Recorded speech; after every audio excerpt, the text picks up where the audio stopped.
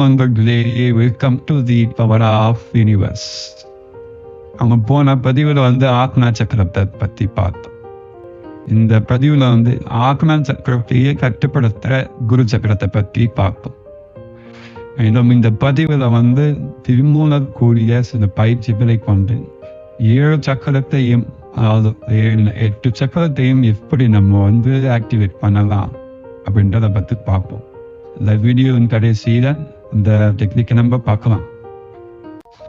மனித உடல்ல 8 முக்கிய சக்கரங்கள்ல 7ஆவதாக இருக்கிறது தான் குரு சக்கரம். இதை பிந்து சக்கரம்னு சொல்லுவாங்க. இது ஆக்னா சக்கரம் இருப்பதா இப்ப கூறப்படுற அந்த இடத்துலதான் அமைஞ்சுள்ளது. அதாவது புருவமத்திற்கும் பின்னால் இருக்க மூளை பகுதியில இருக்கு. நம்மளுக்கு அந்த இமேஜ் போட்டு அதோட லொக்கேஷன் எங்கன்ட்டு அதை பாருங்க, புரியும். இது ஆக்னா சக்கரத்திற்கும் மேல மேல இந்த குரு சக்கரம் அமைஞ்சுள்ளது. தலைமையா கருதப்படுவது பார்த்தீங்கன்னா ஆக்னா சக்கரம் தான். அந்த ஆக்னா சக்கரத்தை கட்டுப்படுத்துறது பார்த்தீங்கன்னா இந்த குரு சக்கரம் இப்ப தலைமாசம் சொல்லுவாங்க. ஸோ இந்த குரு சக்கரன்றது உடல் இயக்கத்துக்கும் மன இயக்கத்துக்குமே குருவாக அறியப்படலாம். அதனால இதோட முக்கியத்துவத்தை நீங்க நல்லா தெரிஞ்சுக்கோங்க. குரு சக்கரம் நரம்பு மண்டலத்தை கட்டுப்படுத்துகிறது. உடலின் வெப்பம், இருதய துடிப்பு, ரத்த அழுத்தம், தாகம், பசி, செரிமானம், உறக்கம், விழிப்பு சுழற்சி, உடல் எடை, பாலுணர்ச்சி, வலி உண்டாகிறத அதை கண்ட்ரோல் பண்றது, உங்களோட நடத்தை மற்றும் நம்மளோட உணவுகள் எல்லாத்தையுமே நிர்வகிப்பது பார்த்தீங்கன்னா குரு சக்கரம் தான். இப்போ சில விஷயத்தை கற்கிறது, அதனால நினைவாக வச்சுக்கிறது, இந்த மூலேசம் அந்த பணிகளை எல்லாம் ஐப்பத்துல மஸ்தான் நிர்வகிக்கிறது. அதை குரு சக்கரம் தான் நிர்வகிக்கிறது. இந்த குரு சக்கரம் பார்த்தீங்கன்னா ஒரு ஆள் மனசுலப்பி தூண்டப்படணும்னா அதை செயல்படுத்துறது தான். அதை தடுக்கணும்னாவும் அதை செயல்படுத்துறது இந்த குரு சக்கரம் தான். ஆக்னா சக்கரத்தின் மூலமாக வளர்சிதை மாற்றம் மற்றும் நோய் எதிர்ப்பு திறன் ஆகியவற்றை குரு சக்கரம் நிர்வகிக்கிறது. இந்த மாதிரி மகிழ்ச்சி இந்த குரு சக்கரம் தான் நிர்வகிக்கிறது. உங்களை சூழலுக்கு ஏற்றபடி உங்களை மாற்றி நடக்கிறது பார்த்தீங்கன்னா சுவாதிச்சான சக்கரம். அந்த சுவாதியான சக்கரத்துக்கே சிக்னல் அனுப்புறது பார்த்தீங்கன்னா இந்த குரு சக்கரம் தான். குரு சக்கரம் பேலன்ஸ் ஆகிஇல்லைன்னா என்னென்ன உடல் அறிவியல் இருக்குன்னு பார்ப்போம். பசி உணர்வு சார்ந்த கோளாறுகள், உடல் சூட்டில் மாற்றங்கள், தூக்கமின்மை, தலைவலி, பார்வை கோளாறு, உடலுறவில் நாட்டமின்மை, பலவீனமாக உணர்வீங்க, உடல் சோர்வு எப்பவுமே இருக்கும், சீரற்ற எடை, அதாவது டக்கம் போயிட்டு ஏறும் உடனே அது ஸ்டேபிளா இருக்காது.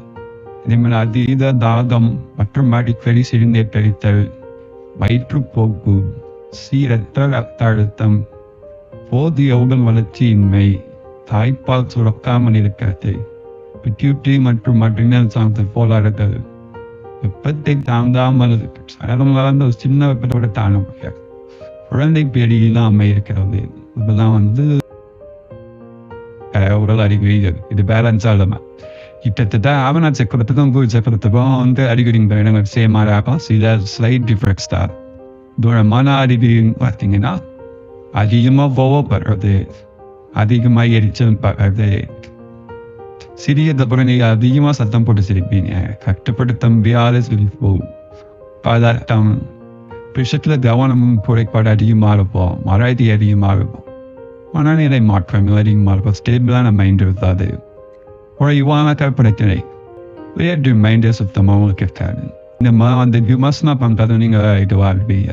மற்றவங்கள அப்படின்னா எதுலையுமே உங்களை ஈடுபாடோட செய்ய வராது. இது பேலன்ஸ் ஆயிருந்தோம். நம்மளோட அந்த 5 டெக்னிக் யூஸ் பண்ணி குரு சக்கரத்தை எப்படி சீராது எங்க வைக்கிறதுன்னு பார்ப்போம். நான் ஆக்னா சக்கரத்துக்கு சொன்ன யோகாசனம் எல்லாமே நீங்கள் குரு சக்கரத்துக்கும் யூஸ் பண்ணிக்குவோம். அது 2த்துக்குமே எஃபெக்டிவாக தான் இருக்கும். அந்த யோகாசனம் தவிர்த்து நான் உங்களுக்கு ஒரு இன்னொரு 2 யோகாசனம் சொல்றேன். ஃபர்ஸ்ட் ஆசனம் பார்த்தீங்கன்னா விருசாசனம். விருசாசனம் தவநிலை அப்படின்னுவாங்க. இந்த விருசாசனம் எதுக்கு யூஸ்ஃபுல்லாக இருக்குன்னா உங்களோட மனசை ஒருமுகப்படுத்துறது. இது ரொம்ப யூஸ்ஃபுல்லாக இருக்கும். நீங்கள் அந்த ஒரு கோல் செட் பண்ணிட்டு அந்த கோலில் நம்ம மனசை நிலைப்படுத்துறதுக்கு இது ரொம்ப யூஸ்ஃபுல்லாக இருக்கும். அதே மாதிரி மன சோர்வு, மன அழுத்தம், மனநிலையில் அடிக்கடி மாற்றம், ஸ்டேபிளான மைண்ட் இல்லை அப்படின்னா இந்த ஆசனம் பழங்கினீங்கன்னா உங்களுக்கு அதெல்லாம் கியூர் ஆகிடும். அதே மாதிரி இதில் உடல் ஆரோக்கியத்துக்கும் இதனோட பெனிஃபிட்டு, மன ஆரோக்கியத்துக்கு இது மெயினாக ரொம்ப பெனிஃபிட். இப்போ மனசை நீங்கள் கட்டுப்படுத்தணும், கண்ட்ரோல் உங்கள் மைண்ட் இல்லை அப்படின்னா இந்த ஆசனத்தை நீங்கள் கேள்வி எவ்ரி மார்னிங் 10 to 15 minutes இந்த ஆசனம் பண்ணலாம். இந்த ஆசனம் நீங்கள் ஈஸியாக ப்ராக்டிஸ் பண்ணி பழகலாம். ஒன்ஸ் நீங்கள் பழகிட்டீங்கன்னா இந்த பொசிஷனை ஈஸியாக பண்ணிக்கலாம் நீங்கள் இந்த யோகாசனத்தை.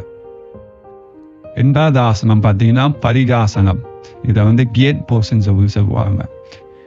இது நீங்கள் பண்ணுறதால உங்களுடைய ஆதன சக்கரமோ அப்புறம் முழு சக்கரமோ தோணப்படும். அதுவும் இல்லாமல் இது உங்களோட ஸ்பைனல் கார்டுக்கு, போன்ஸ்க்கு, மசில்ஸ்க்கு ரொம்ப நல்ல பெனிஃபிட். பட் ஆனால் இந்த பரிகாசனத்தை ஒரு சில மூச்சு பயிற்சி பண்ணலாம் நீங்கள் ஃபாலோ பண்ணணும். பரிகாசனத்தை எப்படி பண்ணணுன்ட்டு நீங்கள் கூகுளில் சர்ச் பண்ணி சொல்லி இருக்க ஃபாலோ பண்ணி இது ஈவினிங் டைமில் கூட பண்ணலாம். ஈவினிங் டைம் ஒரு 5 to 10 minutes இந்த ஆசனத்தை பழகுங்க. ஸோ இந்த ஆசனமே உங்களோட மனசை ஒன்மைப்படுத்துறதுக்கும் அந்த பிடிச்ச தூண்டுறதுக்கு ரொம்ப உதவும். இந்த 2 ஆசனத்தை கூட சேர்த்து நீங்கள் இந்த ஆசனத்துக்கு ஆசனத்தையோ இந்த சர்வாங்க ஆசனம் அதெல்லாம் நீங்கள் சேர்த்து மைண்டு வரலாம். ரெண்டாவது என்ன எசென்ஷியலாக யூஸ் பண்ணி நம்ம இதை பேலன்ஸ் பண்ண ட்ரை பண்ணலாம் அப்படின்னா ஃபஸ்ட்டு 2த்துக்குமே யூஸ் பண்ணுறோம். நம்ம யூஸ் பண்ணுறது பார்த்தீங்கன்னா வெட்டிவே எசென்ஷியல் ஆகி வெட்டிவே எசென்ஷியல் நீங்கள் ஒரிஜினல் வாங்கி டிஃப்யூசரில் யூஸ் பண்ணி மெடிடேஷன் டைமில் ஒர்க்கிங் டைமில் இல்லை எப்போலாம் நீங்கள் ஸ்ட்ரெஸ்ஸாக இருக்கணும் அந்த டைம்லாம் நீங்கள் இதை யூஸ் பண்ணிங்கன்னா உங்கள் மைண்ட் அப்படியே காமாயிடும். அப்படியே ஒருநிலைப்படுச்சுனாவே நீங்கள் டைம் மெடிடேட் பண்ண ஆரம்பிச்சிங்கன்னா நீங்கள் இந்த அன்பேலன்ஸ்டாக இருக்கிறது சக்கரத்தை நீங்கள் அதான் தூண்டி விட்டு அதை பேலன்ஸ் ஆக்கலாம். ஸோ இந்த மெடிடேஷன் டைமில் இந்த வெக்டிவ் எசென்ஷியலாக யூஸ் பண்ண ட்ரை பண்ணாங்க. சொல்ல வெக்டிவேராக தேய்ச்சி கொதிங்க.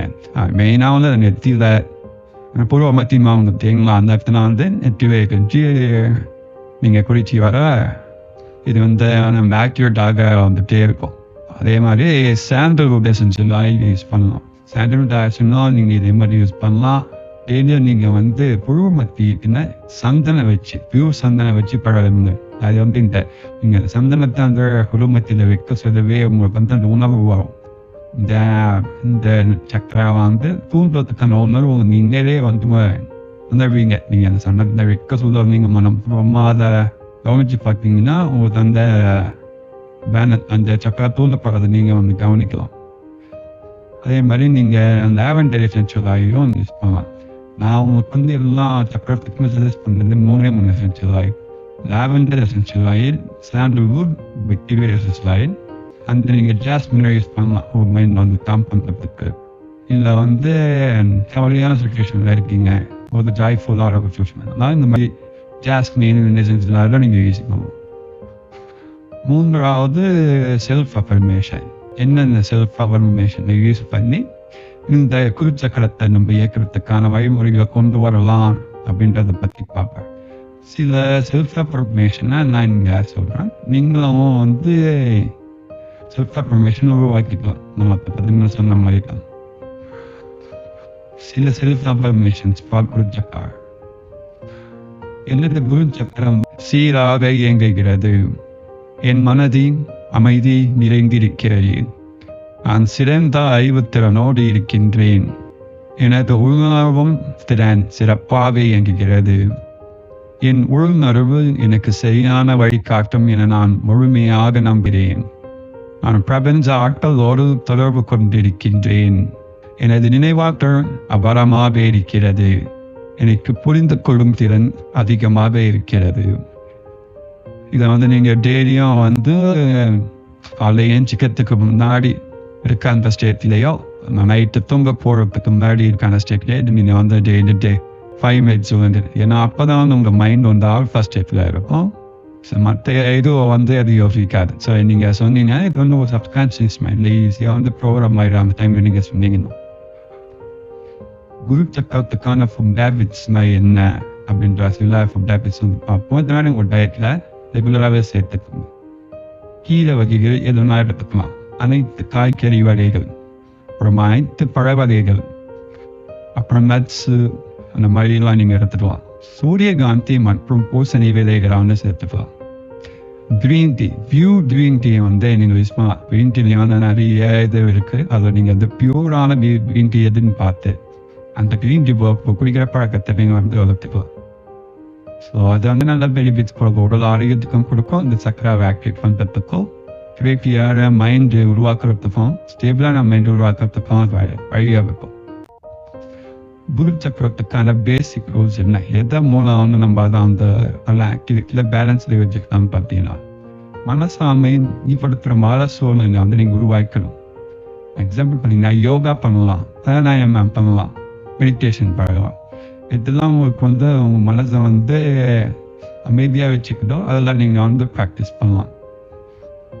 ஃபுட் ஹேபிட்ஸ் வந்து நல்ல ஹெல்த்தியான ஃபுட் ஹேபிட்ஸாக இருக்கும். இந்த மாதிரி உழக்கமாக என்ன தூங்கினே தெரியல, எப்போ என் தெரியணும் பார்த்தீங்களா, அதுதான் அந்த உழக்கம். அந்த மாதிரி நீங்கள் தூங்க ஆரம்பிக்கும்.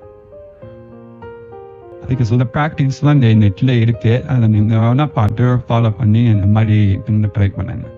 அதே மாதிரி வந்து குரு சக்கரத்தை வந்து மனசில் வச்சு மெடிடேஷன் பண்ணுறீங்க. நான் உங்களுக்கு அந்த சக்கரத்துக்கு ஒரு ஃப்ரீக்வன்சி சொன்னால் 852 ஹெர்ட்ஸ். அந்த ஃப்ரீக்வன்சி மியூசிக்கவே நீங்கள் கேட்டு இந்த குரு சக்கரத்தை வந்து மனதில் நினச்சி அப்படியான மெடிடேஷன் வந்து ட்ரை பண்ணாங்க. அதே மாதிரி வந்து பிறர் மீது எப்போதுமே வந்து விமர்சனத்தை வைக்காதீங்க. அதே பண்ணுங்க, நம்ம வந்து இப்படி பண்ணிக்கலாம் அப்படி பண்ணிக்கலாம் அந்த மாதிரி விமர்சனம் வைக்காதீங்க. எதுவுமே வந்து நன்றி உணர்வோட, அதுதான் இந்த சக்கரத்துக்கு மெயினான ஃபோக்கஸே. நன்றி உணர்வோட இருந்த எல்லா விதமும் அந்த அன்பு காட்டுங்க. அப்புறம் உங்களுக்கு வந்து கற்றுனே பண்ணிட்டாலும் என்னைக்காவது ஒரு நாள் வந்து உங்களுக்கு ஒரு நல்லதை பண்ணியிருப்பாங்க. அது 14 நாள் தான் உங்கள் லைஃபை கூட சேஞ்ச் ஆகிக்கலாம். ஆனால் அதுக்கப்புறம் அவங்க செஞ்ச சில விஷயங்களால அவங்க மேலே உங்களுக்கு வந்து கோபம் அந்த மாதிரி நான் வந்துருக்கலாம்.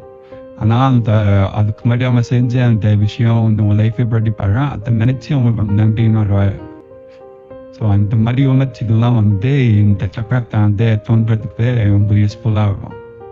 நியூவாக ஏதாவது லேர்ன் பண்ணிகிட்டே இருக்குங்களா? இப்போ ஒரு புக்ஸ் படிக்கிற ஹேபிட்ஸ் இருக்குன்னா புதுசாக புக்ஸ் வாங்கி வேறு ஜேர்னலிஸ்ட் புக்ஸ்லாம் வாங்கி படிக்க. இன்னும் உங்களுக்கு வந்து வேறு ஏதாவது டெக்னிக்ஸ் இப்போது பிரைனுக்கு வந்து நியூவாக லேர்னிங்ஸ் கொடுத்துட்டே இருங்க. அதே மாதிரி உங்களை கற்பனைக்கு மேலே வளர்க்குற மாதிரி உங்கள் ஹேபிட்ஸ் எல்லாம் வளர்த்துக்குங்க.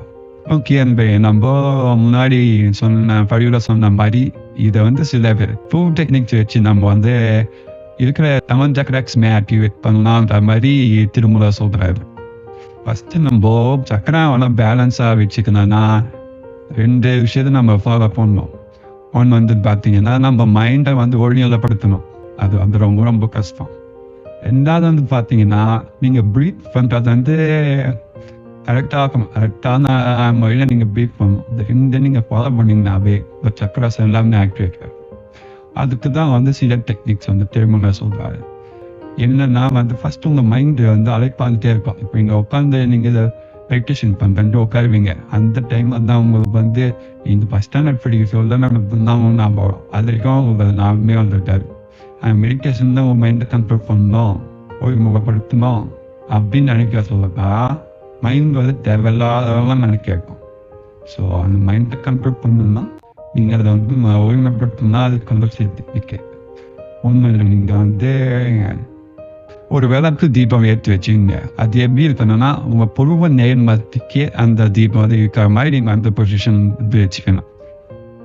அந்த விளக்கு ஏற்றி வச்சுட்டு கொஞ்சம் டிஸ்டன்ஸ் விட்டு உட்காந்துச்சிங்க. அந்த புருவ மத்திக்கு ஏற்ற மாதிரி அந்த விளக்கு பொடி இருக்கணும்.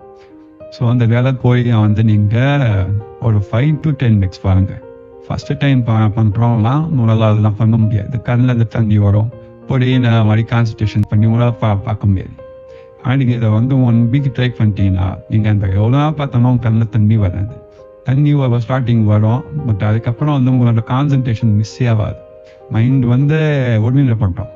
அதுக்கப்புறம் நீங்கள் மெடிடேஷன் பண்ணால் ட்ரை பண்ணிங்கன்னா எந்த டைமில் பண்ணாலுமே உங்கள் மைண்டை வந்து உங்களால் கண்ட்ரோல் பண்ண முடியும். ஏன்னா மைண்டு வந்து நீங்கள் சொல்லிடுவீங்க, இப்போ நான் அந்த தீபம் ஏற்றினாவே வந்து என் மைண்ட் வந்து அதுக்கிட்ட அந்த தீபத்தை மட்டும் தான் பார்க்கலாம்னு சொல்லிட்டு மைண்டுக்கு வந்து ஒரு இன்ஃபர்மேஷன் கொடுத்துருவீங்க. ஸோ நீங்கள் வந்துட்டு எப்போனாலும் ப்ராக்டிஸ் பண்ண ஆரம்பிங்கன்னா மைண்டு உடனே வந்து கண்ட்ரோல் பண்ணிடும். இந்த ப்ராக்டிஸை முடிச்சுட்டு அப்படியே கண்ணை மூடி பூர்வ மத்தியில் நீங்கள் இப்படி இந்த தீபம் பார்த்துட்டே இருந்துட்டு நீங்கள் அப்படியே கண்ணை மூடினீங்கன்னா உங்களோட அந்த தீபத்தோட ரிஃப்ளெக்ஷன் வந்து அப்படியே இருக்கும்.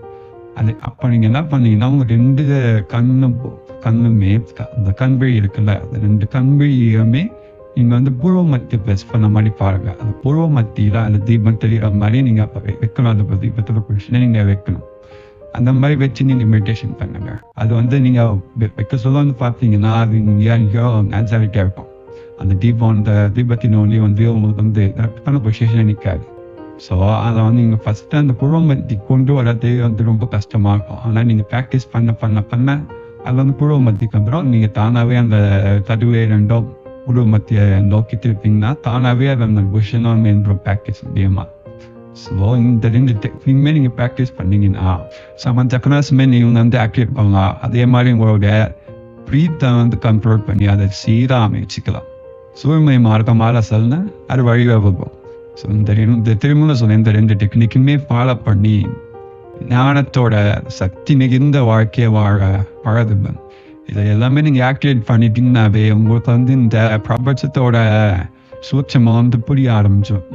எல்லாமே உங்கள் கண்ட்ரோலில் இருக்க மாதிரி அவங்க தெரியும். எதுவுமே உங்களை வந்து பாதிக்காது. உங்களுக்கு துன்பம் தரணும்னு நினைச்சோம்னா அதை அவரால் முடியாது. ஏன்னா எல்லாமே உங்கள் கண்ட்ரோலில் இருக்குன்னு உங்களுக்கு அந்த சூட்சம் புரிஞ்சிடும். ஸோ இது எல்லாமே நீங்கள் நல்லா ப்ராக்டிஸ் பண்ணுங்க. ப்ராக்டிஸ் பண்ணி அன்புமயமான வாழ்க்கையை வாழ்ந்த அன்பு மிகுந்த உலகத்தை உருவாக்க அந்த ப்ராக்டிஸ்லாம் செஞ்சு முன்னவா இருந்தோம். அதுதான் வந்து நம்ம வந்து நெக்ஸ்ட் ஜென்ரேஷன் கொடுக்குற ஒரு கிஃப்டாக இருக்கும். நன்றி அன்பர்களே.